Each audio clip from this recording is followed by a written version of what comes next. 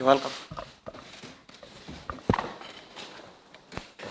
My Lord Chief Justice, my lords, my ladies, it is my pleasure to introduce the quorum, and I'll be brief by just saying that our quorum today is as it has been during the arguments on the two petitions.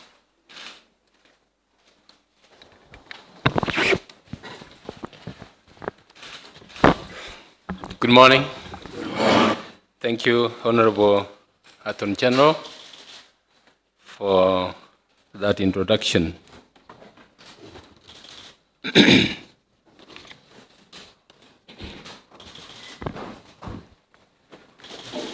Two petitions were filed on the 6th of November 2017, both challenging the election of Honorable Uhuru Kenyatta as President of the Republic of Kenya. Their petition numbers 2, which was filed by Honorable Aaron Mwau, and the number 4, which was filed by two voters, Mr. Njonjo Mue and Mr. Khalif. Because of the time pressure, the two petitions were consolidated and heard together.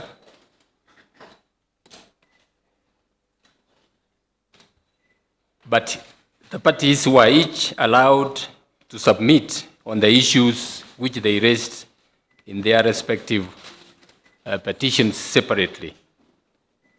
The judges of this court thereafter retired to deliberate upon the issues raised in those petitions, which we want to summarize as follows.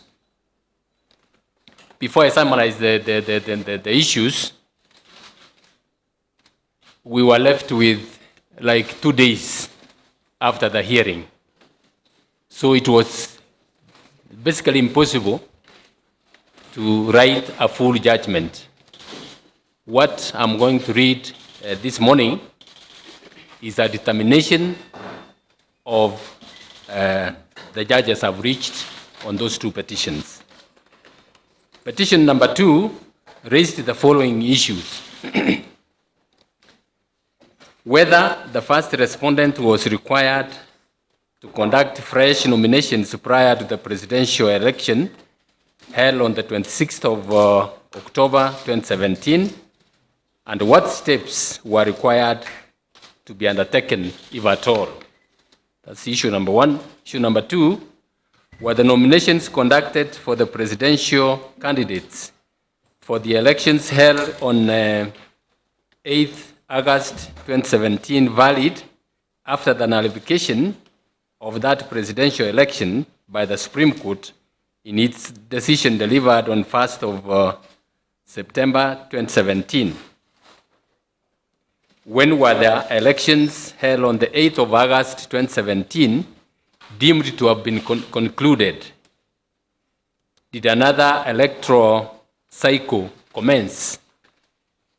Issue number 3, what is the impact, if at all, of the defined time frame provided under Article 140, sub-Article 3 of the Constitution for the holding of a fresh election on the conduct of nominations?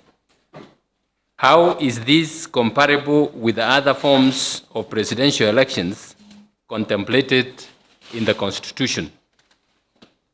Issue number 4, what is the effect of a declaration of invalidity of the presidential election under Article 140 of the Constitution? What are the criteria for qualifying candidates to participate in a fresh election?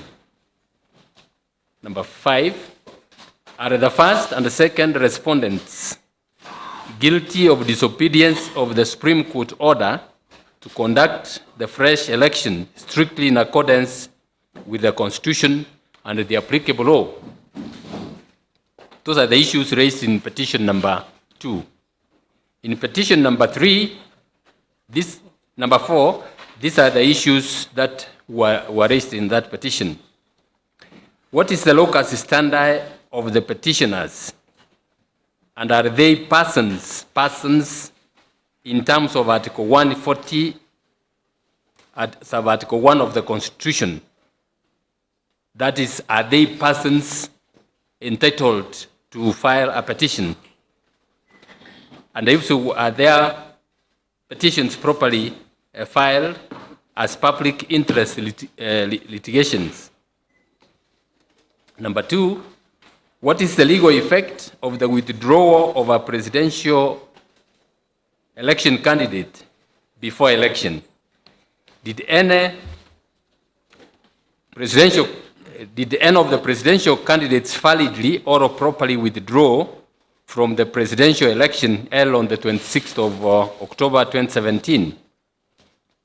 Number 3, did the first and second respondents conduct the presidential election held on the 26th of October 2017 in strict conformity with the Constitution and the applicable laws?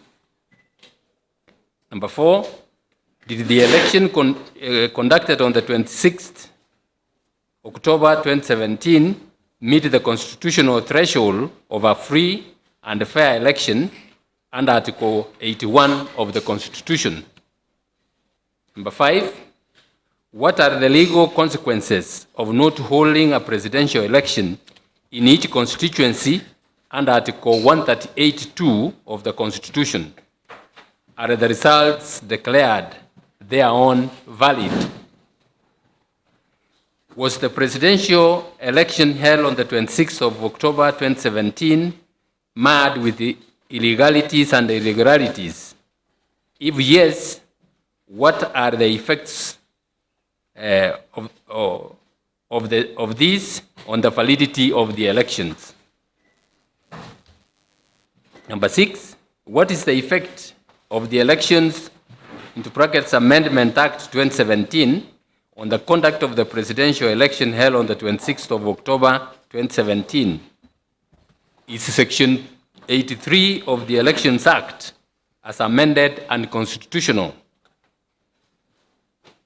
Number 8, was the election held on the 26th of October 2017 and its results legitimate and credible both in law and in fact? Lastly, what orders should the court issue, including orders on costs? Those are the issues raised in the 2 petitions. Having carefully considered the above issues, the specific prayers in each petition, as well as the Constitution and the applicable laws, the court has unanimously determined that the petitions are not merited, and the final orders pursuant to Article 140, sub-Article 2 of the Constitution, as read with Rule 22 of the Supreme Court Presidential Election Petition Rules 2017, are as follows.